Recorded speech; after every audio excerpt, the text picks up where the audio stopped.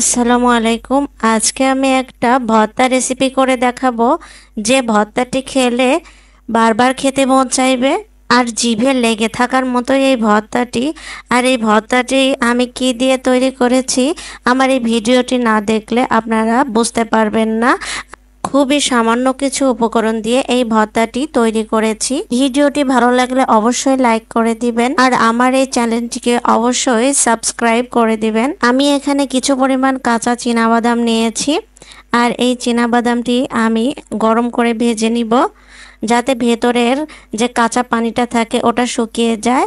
আগেই কাঁচা চীনাবাদামের রসটা যদি শুকিয়ে না নেওয়া হয় তাহলে তেল দিয়ে ভাজলে বাদামটি পুড়ে যাবে আর ভেতরের অংশটা কিন্তু কাঁচাই থেকে যাবে। আর সময় বেশি লাগলেও ধীরে ধীরে ভেজে নিতে হবে।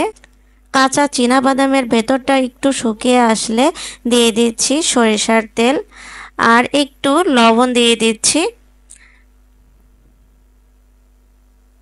আর লবণ দিয়ে এখন আমি একটু ভেজে নিব।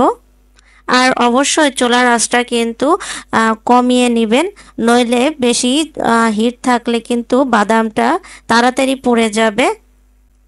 এখন ভর্তা তৈরির জন্য সেই উপকরণগুলো একে একে দিয়ে দিব।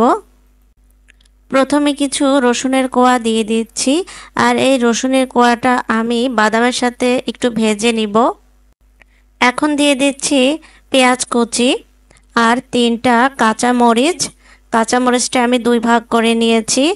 আর ঝালের পরিমাণটা অবশ্যই আপনারা বাড়িয়ে কমিয়ে নেবেন, বেশি ঝাল হলে বাচ্চারা খেতে পারবে না। আর এই বাদাম ভর্তা যাতে সবাই খেতে পারে সেদিকে লক্ষ্য করেই কিন্তু ঝালের পরিমাণটা বাড়িয়ে কমিয়ে নেবেন। অবশেষে স্বাদ মতো লবণ দিয়ে আবার কিছুক্ষণ ভেজে নিব। লবণের পরিমাণ যেন বেশি না হয় সেদিকে কিন্তু খেয়াল রাখতে হবে। এই বাদাম ভর্তা কিন্তু অনেক স্বাদের হয় আর যারা এই বাদাম ভর্তা করে খেয়েছেন তারা তো বোঝেনি কত মজার। আর এই ধরনের ভর্তা দিয়ে কিন্তু পুরা প্লেট ভাত খাওয়া যায়। এখন ধনিয়া পাতা দিয়ে দিচ্ছি।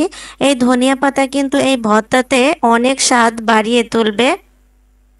এই ধনিয়া পাতা ভর্তাতে দিলে আমার খুব ভালো লাগে। অনেকের এই ধনিয়া পাতা গন্ধ লাগে, তারা কিন্তু এই ভর্তাতে ধনিয়া পাতা না দিলেও পারেন। কাঁচা চীনাবাদামটি আমার ভাজা হয়ে গেছে, এখন আমি একটি বাটিতে তুলে নিচ্ছি। প্যানে এখন আরেকটু সরিষার তেল নিয়ে নিচ্ছি আর এরকম 4টা শুকনা মরিচ নিয়েছি। আমি কিন্তু ভর্তাতে কম ঝাল দিয়েছিলাম, তাই শুকনা মরিচটি ভেজে পরিবেশন করে নেব। আর আপনারা যদি ঝালটা বেশি পছন্দ করেন তাহলে ভর্তাতে একটু ঝাল কম দিয়ে এরকম করে শুকনা মরিচ ভেজে খেতে পারেন, তাহলে সবাই কিন্তু এই ভর্তাটি খেতে পারবে।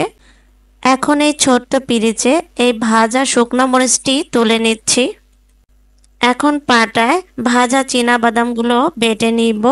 আর এই চীনাবাদামে পানি ব্যবহার করা যাবে না, পানি ব্যবহার করলে খেতে কিন্তু ভালো লাগবে না। এই রকমভাবেই চীনাবাদামকে বেটে নিতে হবে। এই বাদাম ভর্তাতে যদি সরিষার তেলের পরিমাণ একটু কম হয় তাহলে আরেকটু ব্যবহার করতে পারেন। আর অবশ্যই এই বাদাম ভর্তাতে লবণ হয়েছে কিনা চেক করে নেবেন। এই ভর্তাটি কিন্তু মিহি করে বেটে নিতে হবে, যত মিহি করে নেবেন তত ভাতের সাথে খেতে খুবই মজা লাগবে। যেহেতু ছোট বড় খাওয়ার জন্য ভর্তাতে আমি ঝাল কম দিয়েছিলাম, এই ভর্তাতে কিন্তু আমি কাঁচামরিচ পেঁয়াজ আর শুকনা মরিচ ভেজে নিয়েছি। এখন কাঁচামরিচ পেঁয়াজ বা শুকনা মরিচ যে কোনো একটা দিয়ে যে ঝাল পছন্দ করে সে খেতে পারবে। আমার এই ভিডিওটি কেমন হয়েছে অবশ্যই কমেন্টে জানাবেন। আর সবার সুস্থতা কামনা করে আজকের মতো বিদায় নিচ্ছি। আল্লাহ হাফেজ।